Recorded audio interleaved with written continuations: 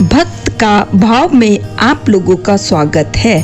आज हम आपको पुरुषोत्तम मास के 14वें अध्याय की कथा सुनाने जा रहे हैं। श्री नारायण बोले, राजा इसी प्रकार चिंताग्रस्त रहता था कि एक समय वाल्मीकि ऋषि उनके यहाँ आए। राजा ने जल्दी से उठकर भक्ति सहित उनके चरणों में नमस्कार किया। तब वाल्मीकि ऋषि राजा को शांत देखकर कहने लगे, हे राजन, तेरे मन में जो कुछ भी चिंता हो वह तुम बिना संकोच कहो, क्या बात है। दृढ़ धनवान ने कहा, महाराज, आपके चरणों की कृपा से सब सुख है, परंतु हे ब्राह्मण, एक बड़ा भारी संदेह मेरे मन में है। सो उस वन के तोते के मुख से लगे हुए सूल को आप दूर करिए। वाल्मीकि ऋषि राजा के यह वचन सुन बोले, हे राजन, पूर्व जन्म में तुम द्रविड़ देश में ब्राह्मण के घर में ताम्र पत्र के किनारे उत्पन्न हुए थे। सुदेव तुम्हारा नाम था।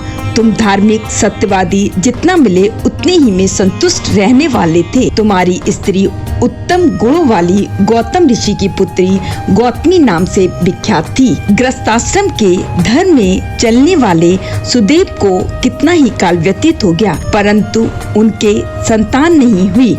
एक दिन आसन पर बैठा हुआ अपनी स्त्री से सेवा कराता हुआ थका हुआ वह ब्राह्मण कहने लगा, हे सुंदरी, संसार में पुत्र से परे कोई सुख नहीं, क्योंकि तब दान से उत्पन्न पुत्र परलोक में सुख देते हैं। शुद्ध वंश में उत्पन्न हुई संतान इस लोक और परलोक में सुख देती है। उस श्रेष्ठ संतान को मैं प्राप्त न कर सका तो मेरा जीवन ही व्यर्थ है। मैंने उसे वेद अध्ययन नहीं कराया, न उसका विवाह किया, अतः मेरा जन्म व्यर्थ है। इसलिए मेरी मृत्यु शीघ्र ही हो जाए तो अच्छा है। मुझको आयु प्रिय नहीं। इस प्रकार अपने पति के वचनों को सुनकर उस सुंदरी के मन में अत्यंत दुख हुआ और बोली, हे प्राणेश्वर, ऐसे तुच्छ वाक्य मत कहो।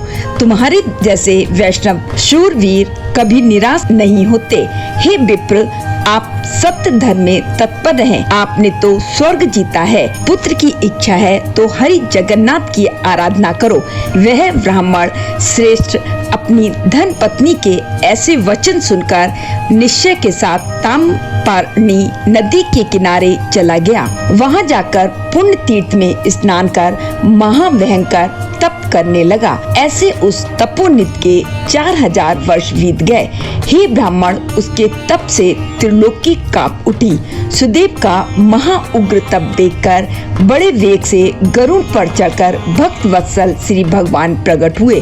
श्री नारायण बोले, हे नारद जी, नवीन मेघ के समान चतुर्भुज जगत के पालन करने में समर्थ उन मुरारी के आनंदित मुख को देखकर बड़े हर्ष के साथ सुदेव ब्राह्मण ने मुकुंद को साष्टांग नमस्कार किया। आज का अध्याय यही समाप्त होता है। कल हम आपको 15वें अध्याय की कथा सुनाएंगे। राधे राधे।